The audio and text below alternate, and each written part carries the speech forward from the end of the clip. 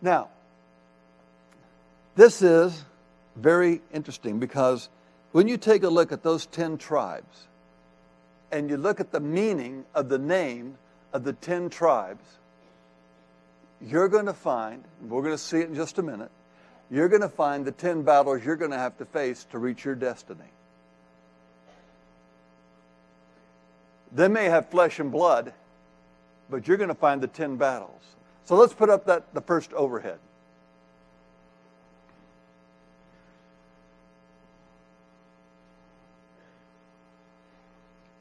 I think we have it.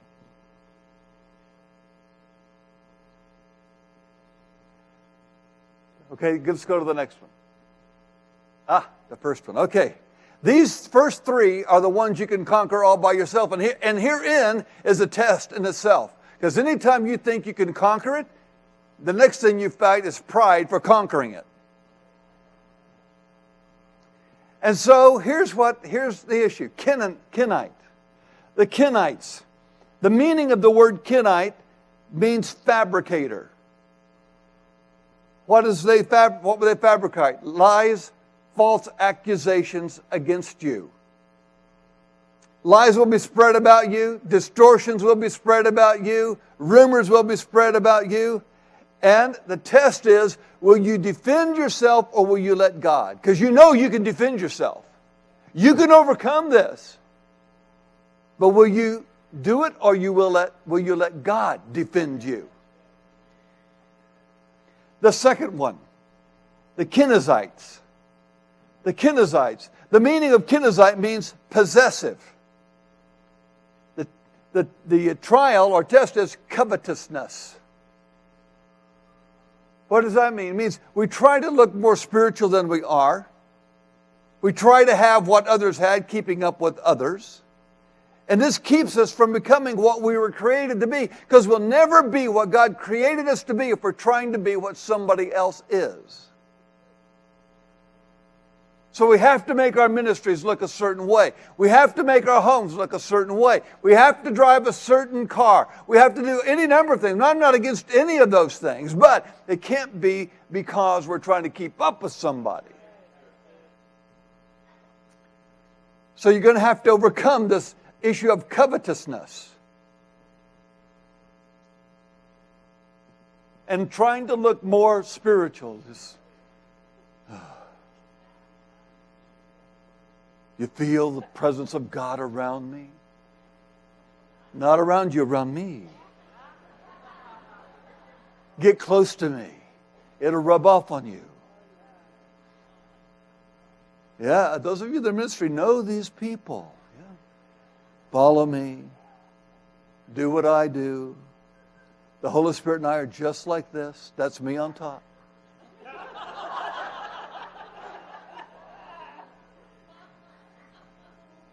I mean, I'm exaggerating, but not a lot. The third one that we can overcome is the Cadmonites. The Cadmonites mean ancient ways. It's what a religious spirit is made from. Tradition as treated as if it were Scripture, and the old wine is good enough. We can't change. We can't do it that way. We've always done it this way. What do you mean, put lights in here? What's wrong with the lights we got 150 years ago? What do you mean change the carpet? I don't see the floor yet coming through it, a few threads. What does that mean? See, the old is good enough. Hate change. The old is good enough. Tradition. Well, we've always done it this way. Brother, we can't change. We've always done it this way. You'll never enter your destiny when the old is good enough. Here's the 7 that are stronger than you are. The Hittites. First thing you hit is terror. What is that terror in you? It's the fear of failure. And you know what it does? It creates paralysis in your life. Spiritual paralysis. You're afraid to do anything because we're not spiritual enough. What if we fail? What would the people say? If we fail, people won't think we're spiritual. I can't do it. It's too big for me. I can't take on that project. It's too big for me. I don't think there'd ever been a Shake the Lake if Sean ever thought about that. I don't think Pastor Peter and Catherine would have had their church if they'd ever thought about that. It's too big for me. So it keeps you awake at night. Too big for me. I can't handle it, can't control it. What if there's something I don't know? If you're waiting to know everything before you do anything, you'll never do anything. Because there's always something more to learn. The next one is parasites. Parasites means squatter. What does that mean? It means apathy. In Texas, we have a law, and the law is called squatters' rights. And it says this: if somebody comes and lives on your land for 7 years, the land is no longer yours, it's theirs. Because you were apathetic and didn't care to remove them. You obviously weren't paying attention to your land, and that's why they lived there, because you didn't drive them out. So it's apathy. You're not trying. You're not paying attention. Things have always been this way. We can't change things. We ignore things. We neglect things. So why try? Apathy. The church is too big. I can't change it. The pastor won't listen to me. I can't change it. Nobody will follow me. I can't do it. Apathy. It kills churches. Here's a little secret I've found after planting 5 churches and pastoring 3 other churches and being on staff at 3 other churches. Churches ranging from, so I've pastored and or been on staff at churches ranging from 50 people to 5,000 people. And here's what I've learned.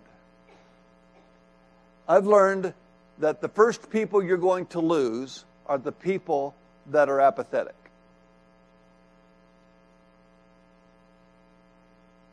Because they won't help you build your vision, and God will be sure to remove them. God will remove them. Because He will not help you build your building.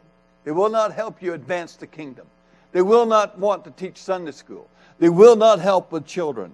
They won't pick up the trash. They won't clean the carpets. They won't do parking lot detail. All of these are important to the kingdom.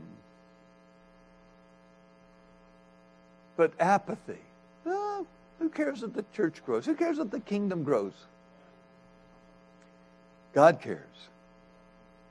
The next one is the Raphaim. It literally means giant. Hivites came from this. And the trial is to flee or run away. You thought it was God, but it's too big, and evidently it isn't God because it's really not working like I thought it would work. You give up, you surrender, you think this is too big, we made a mistake, God really didn't tell us to do this, I don't know what I was thinking. So you quit.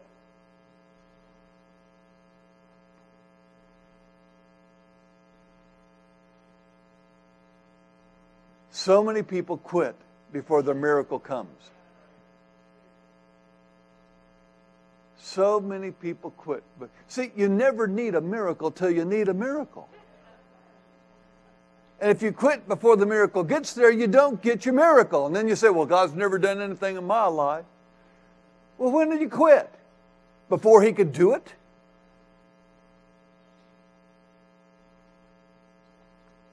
There will always be something too big for you. Something insurmountable.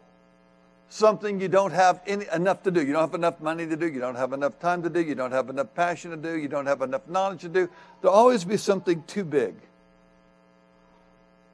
The next spirit that you're going to have to conquer to get to your destiny is the Amorite spirit, or I call it the Amorite spirit. It's Amorite.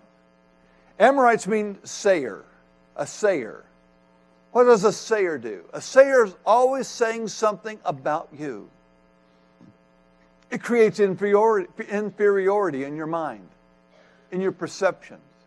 It creates self-doubt in your heart. And you always have a feeling people are talking about you, listening, and you're trying to listen to what other people say about you. You walk into a room and the conversation stops you and you go, they were talking about me. You never think that they may have just finished the conversation. They're talking about me. And you know that everyone, everywhere you go, is talking about you. And it's not how good you are, it's how bad. Oh, look at how he's dressed. Look at how she's dressed. Look at that. Not a name brand on those trousers. No, not. Look at that blouse. Oh, ugly color. Oh, man, I wouldn't wear that to a dog show. Oh, man. You know, all those wonderful sayings that people lovingly say. That's what you think they're saying about you. And they could be saying, man, I wish I looked that good. But you don't think that because a sayer tells you it's not good what they're saying about you, and it's all designed to make you feel inferior and create self-doubt. Because if you feel inferior and you create self-doubt, you'll always want to go back to eating onions in Egypt.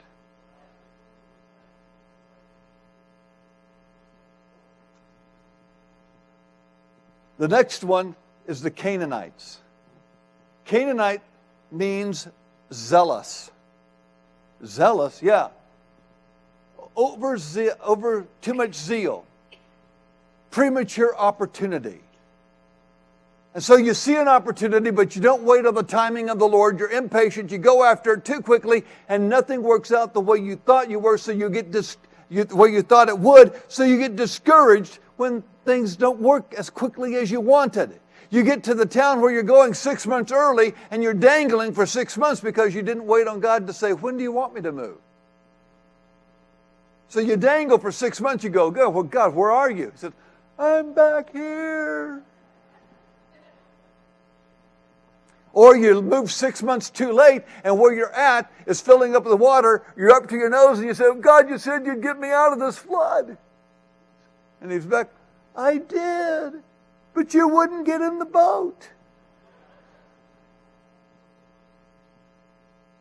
So we're too late, too early. Zeal. Zeal. And after you've had a few times of being overzealous, you now don't trust your ability to make decisions anymore. And then you don't make decisions. And then you start looking for someone else to make your decision for you. And there'll be plenty of people wanting to make decisions for you. Follow me, I'll show you what to do.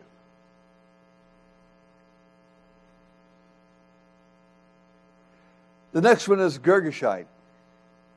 The Girgashites. Now this is much more prevalent than you may know. It means stranger, or you will feel out of place. You're frustrated because you don't find you fit in. And it may be you've been going to your church for 15 years and you go, I just don't feel at home here. Out of place. I don't fit in. They're not like me. I'm not like them. And the enemy loves to do this because it keeps you from growing roots. And without any roots, you have very little fruit.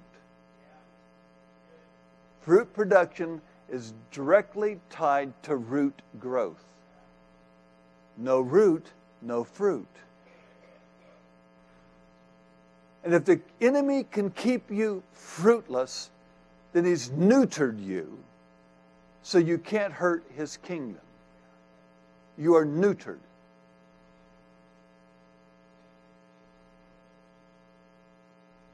You may not help his kingdom, but you don't hurt his kingdom. And by the way, not hurting his kingdom is helping his kingdom. Because it grows when people don't try to stop it.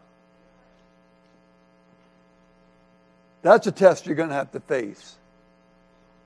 Because sooner or later, you're going to have to come to a place is, when will I grow roots?